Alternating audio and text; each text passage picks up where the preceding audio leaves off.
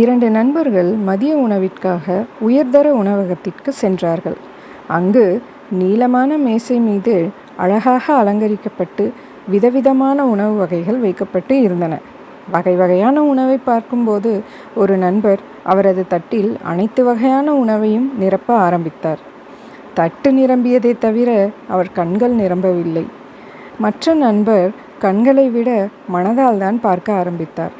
அதனால் அளவாகவும் அழகாகவும் தன் தட்டை நிரப்பினார். தட்டை முழுவதுமாக நிரப்பியவருக்கு கண்கள் மட்டுமே நிரம்பியது, வயிறும் நிரம்பவில்லை, உணவும் வீணானது. மற்றொரு நண்பருக்கு வயிறும் நிரம்பியது, மனமும் நிரம்பியது. இந்த சம்பவத்திலிருந்து நாம் ஒன்றை கவனிக்க வேண்டும்.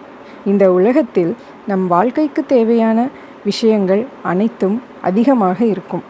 தேவையில்லாத விஷயங்கள் அளவுக்கு அதிகமாகவே இருக்கும். எது நமக்கு தேவையோ அதை கண்களால் பார்ப்பதை விட ஆழ்மனதால் பார்த்து அழகாக நம்முடைய வாழ்க்கையில் செயல்படுத்தினால் ஆனந்தமும் நிம்மதியும் நிரம்பி இருக்கும். வாழ்க வளமுடன்.